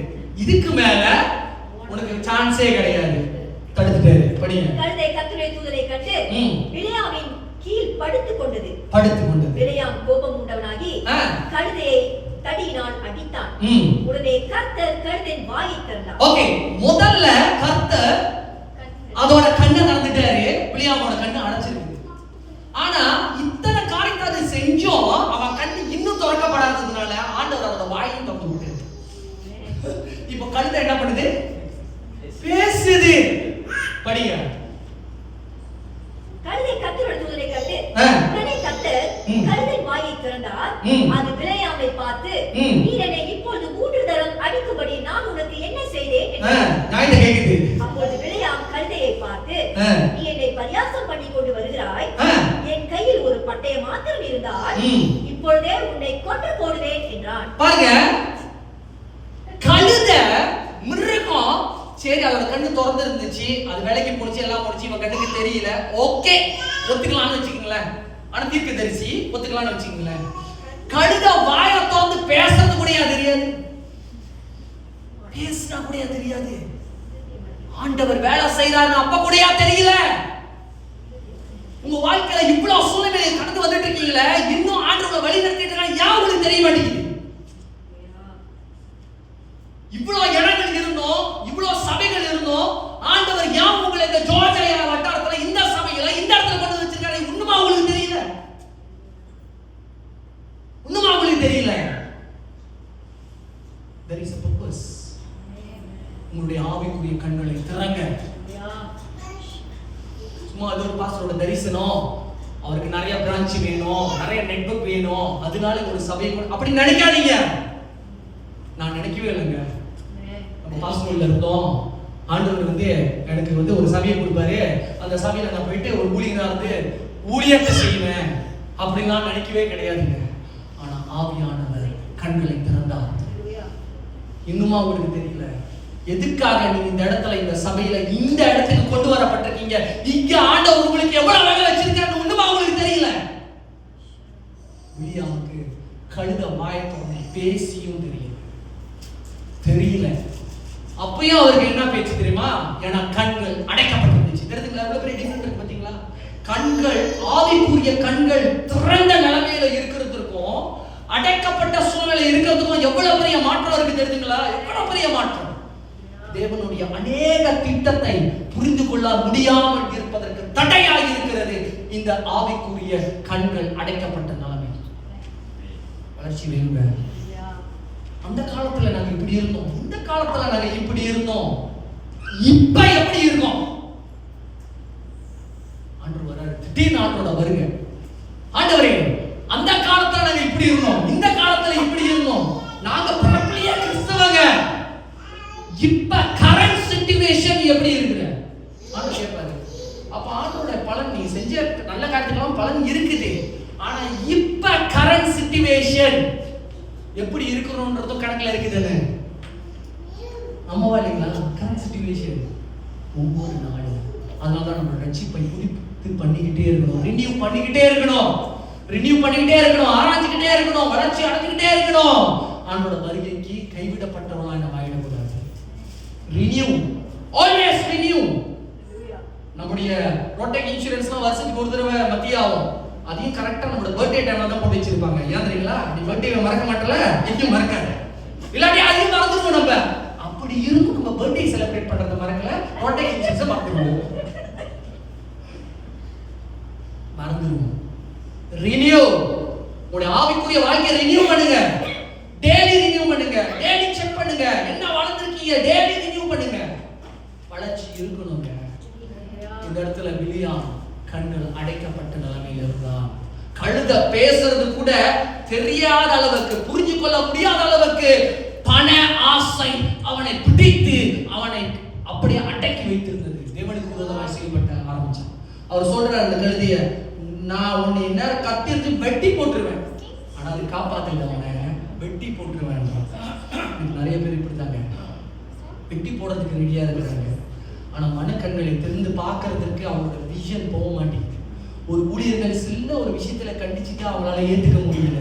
ஊழியத்துல இன்னும் வளரணும், இப்படி வரணும், அவங்களோட வாழ்க்கையை குறித்து அக்கறை எடுத்துட்டு அவங்களால ஏத்துக்க முடியல. இங்க யாரும் அப்படி இல்லை, நான் பொதுவான கருத்தை தான் சொல்றேன், அதனால இங்க உள்ளவங்களுக்கு நினைச்சுக்காதீங்க. சில பேர்னால அதை ஏற்றுக்கொள்ள முடியாது. ஒப்பு கொடுங்க. வசனம் சொல்லுது, அப்புறமா நம்ம வாசிப்போம்.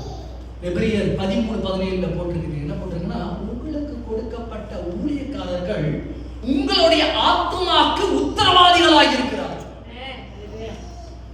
உங்களோட ஊழியக்காரங்க உங்க ஆத்துமாக்கு உத்தரவாதம்னா, இப்ப ஆண்டவர் முதல்ல எங்ககிட்ட தான் கேள்வி கேட்பாரு, ஊழியக்காரங்க தான் கேட்பாரு. இந்த ஆத்துமாக்களை சரியாய் நீ பிள்ளை மேயறதுக்கு இந்த மந்தையை கொண்டு வந்தியா? சரியான விளைச்சலை கொடுத்தியா? அந்த ஆடுகளை பராமரித்தியா? பலப்படுத்துறியா? உற்சாகப்படுத்துறியா? நான் சொல்றேன், ஆண்டவர் எல்லாமே செஞ்ச ஆண்டவரே, அந்த ஆடு இன்னும் என்னென்னமோ வேலை பண்ணிட்டு இருக்க ஆண்டவரேன்னா அந்த ஆட்டுக்காக ஒப்பு கொடுங்க.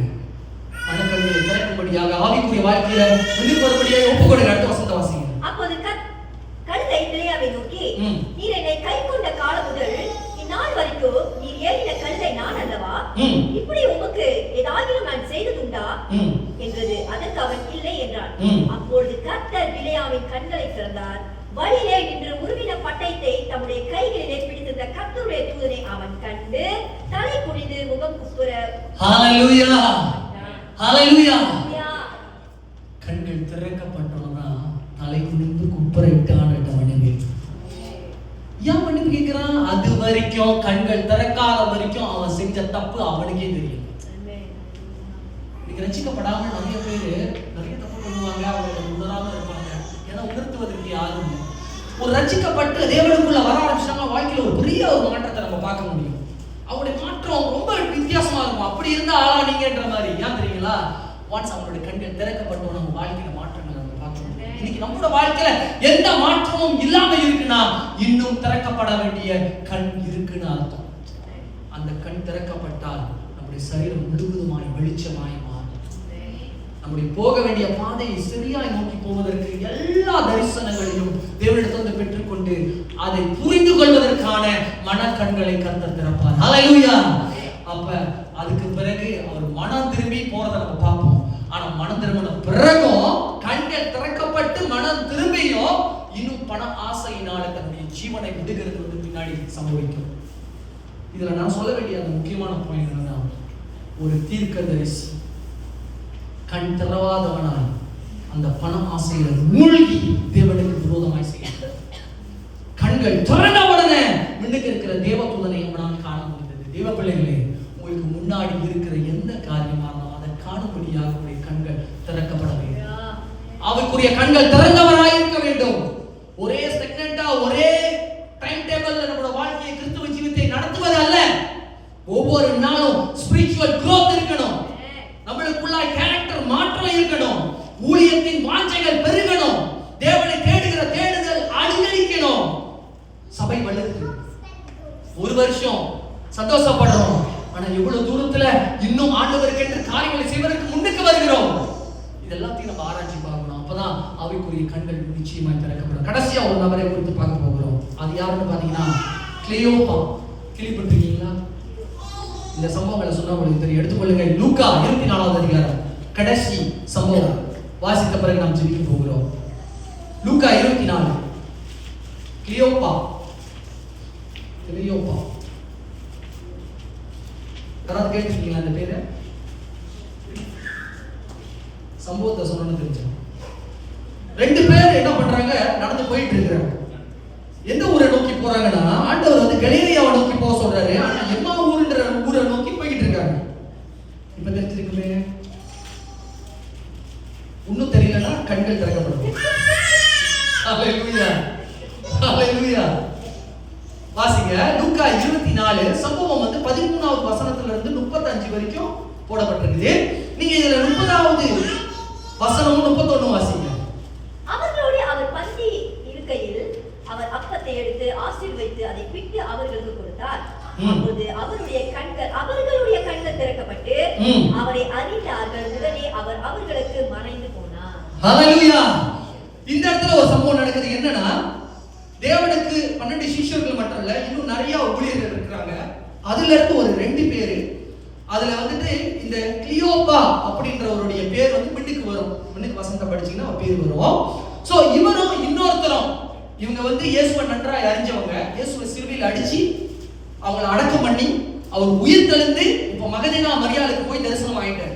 தரிசனம் ஆன பிறகு இந்த மகதலேனா மரியாள் வந்து போய் எல்லா இடத்துலயும் சொல்றாங்க, இவங்க வந்து உயிர் தந்துட்டாங்கன்னு சொல்லி. நம்பிக்கை இல்லை. அப்ப நம்பிக்கை இல்லாம, விசுவாசம் இல்லாம இந்த 2 பேர்கிட்ட ஆண்டவர் அவர் மரணத்துக்கு முன்னாடி என்ன சொல்றாருன்னா, நான் மரிச்ச பிறகு நீங்க எல்லாரும் கலிலேயாவுக்கு போங்கன்னு சொல்லி ஆண்டவர் சொல்லுவாரு. இந்த இடத்துல போய் காத்துருங்க, வருவேன். ஏன்னா ஆண்டவருக்கு சில காரியங்கள் செய்ய வேண்டியது இருக்குது. இதெல்லாம் செஞ்ச பிறகு அங்க வந்து மீட் பண்றதுக்கு ஆண்டவர் சொல்லுவாரு. ஆனா இந்த 2 பேரு அந்த இடத்துல இருந்து எம்மா ஊருக்கு போறாங்க. என்ன விஷயமா போறாங்கன்னு தெரியாது. ஆனா எம்மா என்ற ஊருக்கு வந்து 2 பேரும் பிரயாணப்பட்டு போவாங்க. போயிட்டு இருக்கும்போது இந்த 2 பேரும் பேசிக்கிட்டே போவாங்க. என்னன்னா, இயேசு எப்படி சிலுவையில் அடிச்சாங்க, அந்த சம்பவங்களை திருப்பி குறிச்சு பேசிக்கிட்டே போயிட்டு இருப்பாங்க. போயிட்டு இருக்கும்போது 3ஆவதா இன்னொருத்தர் வந்து உள்ள ஜாயின் பண்ணிடுவாரு. இவரும் வழிபோக்கான அப்படியே வந்துகிட்டு இருந்து உள்ள வந்து ஜாயின் பண்ணி இவரும் பேசிக்கிட்டே வருவாரு. என்ன சம்பவத்தை நீங்க பேசிட்டு போறீங்க சொல்லுங்க அப்படின்னு சொல்லி கேட்பாரு. அவங்க சொல்லுவாங்க, உங்களுக்கு தெரியாதா, நீங்க என்ன உங்க ஊருக்கு புதுசா, இப்பதான் ஜெருசலேம்ல புதுசா இயேசுவெல்லாம் சிலுவையில் அடிச்சு இந்த மாதிரி காரியம் நடந்துச்சு, எல்லாத்தையும் துன்படுத்துனாங்க அப்படின்னு சொல்லி இதை வந்து பேசுவாங்க. இப்ப இயேசு கூடயே நடந்து போற அந்த வழிபோக்கு யாருன்னு பாத்தீங்கன்னா இயேசு கிறிஸ்து, உயிர் தெழுந்த தேவன். இவர் வேற ஒரு நபராய் போல, அதாவது இப்ப டேவிட் நானு, இப்ப நான் வேற ஒருத்தரோட பாடியை எடுத்துக்கிட்டு, ஹெல்மெட்டோட பாடியை எடுத்துக்கிட்டு டேவிட்டா நான் நடந்து போல. அப்படி நடந்து போனா என் ஹெல்மெட்டை தான் எல்லாம் பார்ப்பாங்க, டேவிட்டா பார்க்க மாட்டாங்க. ஆனா இயேசு கிறிஸ்து அந்த இடத்துல வேறொருவருடைய ரூபத்தை எடுத்துட்டவர் போல, அவர் தன்னுடைய ரூபத்துல தான் அவர் அவங்க கூட நடக்கிறாரு. ஆனா கூட நடக்கிறது இயேசுன்றத புரிஞ்சு கொள்ள முடியாத அளவுக்கு அவனுடைய கண்கள் அடைக்கப்பட்டது. ஏன் தெரியுங்களா? பயம். வாழ்க்கையில பயம். இயேசுவை சிலுவையில் அடிச்சு கொண்டுட்டாங்க, அதே மாதிரி நம்மளையும் கொண்டுருவாங்கன்னு பயம். ஆண்டவர் அந்த இடத்துல அவங்க கூட வரும்போது இயேசு அவங்களுக்கு இடத்துல அவங்க பிரசங்கம் பண்றாரு. நீங்க வீட்டுக்கு போய் வாசிங்க. பிரசங்கம் பண்றாரு. என்ன பண்றாருன்னா, அவர் சொல்றாரு, மோசே காலத்துல உள்ள பிரமாணத்துல இயேசு கிறிஸ்துவை பத்தி எழுதி இருந்துச்சே, அதை ஞாபகப்படுத்துறாரு. எழுதி இருந்துச்சு, 3ஆம் நாள் மேசியா வருவாரு, அவரை அடிப்பாங்க, கொலை செய்வாங்க, 3ஆவது நாள் உயிர் தெழுந்து போவாருன்னு எழுதி இருக்குதே. உங்களோட கூட இந்த இயேசுவும் இதை உங்களுக்கு சொல்லி கொடுத்தாரு. இதை நினைப்பு கூட்டிட்டே வருவாரு, கேட்டுக்கிட்டே வருவாங்க. ஆனா கூட பேசுறது யாருன்னே புரியாத அளவுக்கு கண்கள் அடைக்கப்பட்டது. நம்முடைய கிறிஸ்துவ வாழ்க்கையில எத்தனை நிலைமையில அவனோட வார்த்தை வரும்பொழுது நம்முடைய கண்கள் அடைக்கப்பட்டது. தேவன் உங்கள் வாழ்க்கையில என்ன வாக்குறுதிகளை கொடுத்தாரு, உங்களுக்கு என்ன செய்ய விரும்புகிறாரு, உங்களை எங்க கொண்டு போக விரும்புகிறாருன்னு புரிஞ்சு கொள்ள முடியாத அளவுக்கு உங்களுடைய கண்கள் அடைக்கப்பட்டிருந்தால் கூட வர்றது யாருன்னு தெரியாதுங்க. அன்று சொல்றாரு, தாய் உன்னை மறந்தாலும் தந்தை உன்னை வெறுத்தாலும் நான் உன்னை விலகாததே, உன்னை விட்டு விலகாத தேவன் எப்பொழுது உன்னோடு கூட இருக்கிறேன் என்று சொல்றாரு. ஆனா தனிமையா உங்களுக்கு ஏன் ஃபீல் பண்ணுது? யாரும் இல்லையே, ஏன் தனிமையா ஃபீல் பண்ணுது? ஏன்னா அவருடைய கண்கள் அடைக்கப்பட்டது. உங்களோடு கூட நடந்து வருகிற ஒரு தேவன் உண்டு. அந்த சீஷர்களோடு கூட அவர் நடந்து போகிறார். ஆனால் அந்த சீஷர்களால் புரிஞ்சு கொள்ள முடியல, பார்க்க முடியல. அது இயேசு கிறிஸ்துன்னு சொல்லிட்டு எவ்வளவு பாவம், எவ்வளவு பரிதாபமான ஒரு சூழ்நிலை. மனக்கண்கள் அடைக்கப்பட்டிருந்துச்சு. ஆண்டவர் போற பேசுறாரு.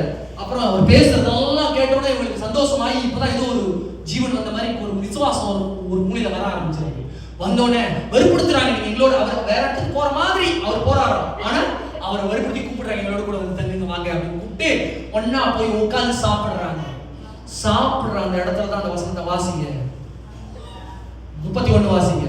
அப்பொழுது அவர்களுடைய கண்கள் இல்ல 30வது வசனத்தை வாசிங்க. அவர்களுடைய அவர் பந்தி இருக்கையில் அவர் அப்பத்தை எடுத்து ஆசீர்வதித்து அதை பிட்டு அவர்களுக்கு கொடுத்தார். ஆண்டவர் பார்த்தாரு, இவ்வளவு நேரம் பேசி இந்த வார்த்தையெல்லாம் பேசி கூட உங்களுக்கு புரியல, உங்க கண்களை நான் திறக்கிறேன், வேற வழியே இல்ல, நான் தான் உங்களுக்கு உதவி செய்யணும். ஆண்டவர் கடைசியா அந்த அப்பத்தை எடுத்து பிக்கும் பொழுது அவர்களுடைய கண்கள் திறக்கப்பட்டது. ஹalleluya, ஹalleluya. கண்கள் திறக்கப்பட்டது. படிங்க. அப்பொழுது அவருடைய கண்கள் திறக்கப்பட்டு அவரை அறிந்தார்கள். உடனே அவர் அவர்களுக்கு மறைந்து கொண்டார். ஹalleluya, ஹalleluya. கண்கள் திறக்கப்பட்ட உடனே அவங்களுக்கு தெரிஞ்சிருச்சு உள்ள நேரம் அவர் கூட நடந்து வருது இயேசு. ஹalleluya. கவலைப்படாதீங்க, என்ன சூழ்நிலை கடந்து போனாலும் கவலைப்படாதீங்க, தேவன் உங்களோடு கூட இருக்கிறார். தேவன் நீங்க வந்திருக்கிற யாரெல்லாம் தேவனை விசுவாசிக்கிறீங்களோ, யாரெல்லாம் தனிமையா இருக்கிறேன்னு நினைக்கிறீங்களோ, நீங்க எல்லாருமே வந்து யோசிக்கணும், தேவன் உங்களோடு கூட தான் இருக்கிறார். அதை தெரிந்து கொள்வதற்கு உங்களுடைய கண்கள் திறக்கப்பட வேண்டும். ஹalleluya, ஹalleluya. கண்கள் திறக்கப்பட வேண்டும் என்று சொன்னால் ஆவிக்குரிய வாழ்க்கையில வளர வேண்டும், வளர வேண்டும். ஒப்பு கொடுங்க. கண்கள் திறக்கப்படுது. கண்கள் திறக்கப்பட்ட உடனே அவர் போதித்த அந்த வசனங்கள் எல்லாம் அவருடைய நினைவுக்கு திரும்பி வருது. எல்லாம் ஒரு அப்படி தரிசனத்தை போல திரும்பி வருது. வரும்பொழுது அடுத்த வசனத்தில் போடப்பட்டிருக்கு, வசனத்தை கேட்டோம் நம்மளுக்குள்ள பொழுது விட்டு எரியாமல் இருக்க முடியுமோ அப்படின்னு சொல்லிட்டு அந்த இடத்தை விட்டு உடனே எழுச்சி போறாங்க ஆண்டவர் சொன்ன இடத்துக்காக. ஹalleluya, ஹalleluya. தேவன் நம்மளோடு கூட இருக்கிறார். எலியாவோடு கூட இருந்த வேலைக்காரனுக்கு கண் திறக்கப்படல. எலியா பார்த்த தரிசனம் அவனுக்கு தெரியல. எலியா கழுதைக்கு தெரியுது தேவன் அங்க இருக்கிறார், தேவதூதன் இருக்கிறார்னு. எலியாவோட கண்கள் திறக்கப்படாமல் இருக்கிற வரைக்கும் அவனால் அறிந்து கொள்ள முடியல. எம்மாவூருக்கு கடந்து போகிற இந்த 2 சீஷர்களும் தேவன் அவரோடு கூட நடந்து வரும் வேலையில கூட அவங்களால புரிஞ்சு கொள்ள முடியல தேவன் அவரோடு கூட இருக்கிறார்னு சொல்லி. இன்னைக்கு ஒவ்வொரு வாரமும் தேவனுடைய சமூகத்துல வந்து ஜெபித்து ஆராதனையில் இருந்து போகிற நீங்கள் எப்பொழுதும் தேவன் உங்களோடு இருக்கிறார் என்று அறிந்து கொள்ளுங்க. ஒரு மனக்கண்கள் திறக்கும்படியாக அவை சார்ந்திருங்க. ஹalleluya. இன்னும் நிறைய ஆதாரம் இருக்குங்க, நிறைய ஆதாரம் இருக்கு. ஆகார் தண்ணீர் இல்லாமல், போன வாரம் நம்ம பார்த்தோம், தண்ணீர் இல்லாமல் அந்த வனாந்தரத்துல கடந்து போகும் பொழுது அந்த நீரூற்றான அந்த தண்ணி அங்கதான் இருக்குது. கண்கள் அடைக்கப்பட்டிருந்துச்சு. கண்கள் திறந்த உடனே அந்த தண்ணியை எடுத்து குடிக்கிறாங்க, அவங்க உயிர் வாழ்றாங்க. இன்னைக்கு நம்ம வாழ்றதுக்கான எல்லா காரியத்தையும் ஆண்டவர் நம்மளுக்காக வச்சிருக்கிறார். எல்லாம் நம்மளுக்காக இருக்குது. Everything is prepared.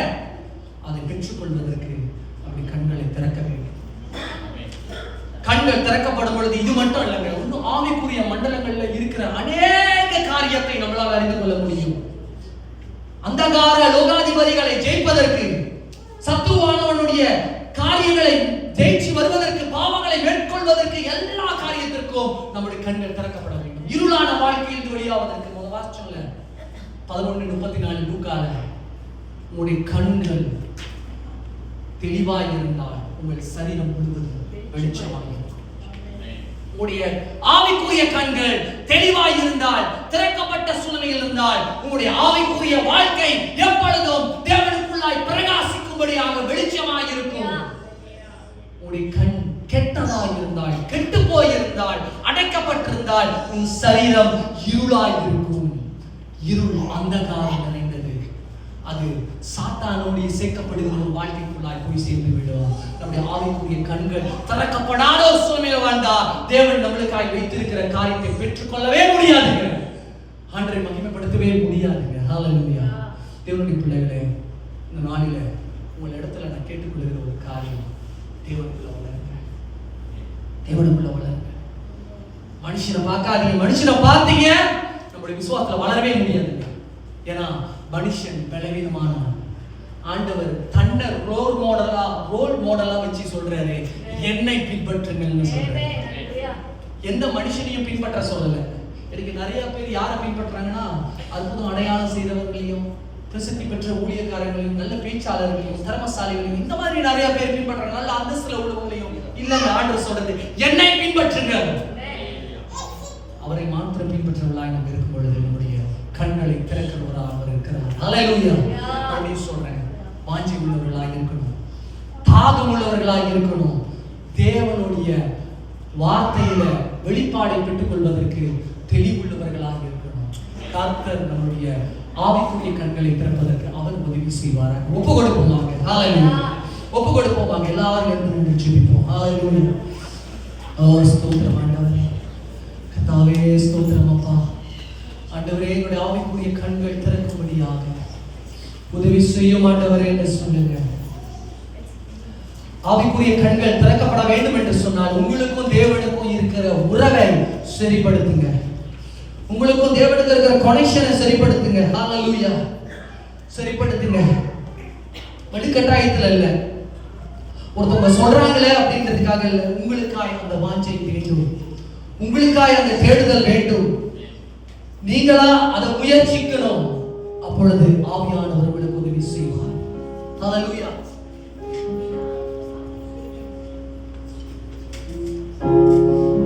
ஒப்பு கொடுப்போம். இது ரொம்ப முக்கியமான ஒரு நேரங்க. உங்களுக்கு தேவனை தேடணும்னு தோணுச்சுன்னா இப்பொழுது வாய் திறந்து மௌனமாய் இருந்துட்டு போறதுக்காக நம்ம சபைக்கு வரலங்க. மௌனமா அமைதியா இருந்து ஒரு மூலையில இருந்துட்டு நான் போயிடுறதுக்காக ஆண்டவர் நம்மளை கொண்டு வந்து இடத்துல வைக்கலங்க. நம்மளை கொண்டு அவர் செய்ய வேண்டிய வேலை வந்து ரொம்ப நிறைய இருக்குங்க. ஆண்டவர் நம்மளை ஒழுங்குபடுத்தி கொண்டிருக்கிறாரு. ஆண்டவர் நம்மளை சரி பண்ணி கொண்டிருக்கிறாரு. ஒப்பு கொடுங்க. வாயை திறங்க.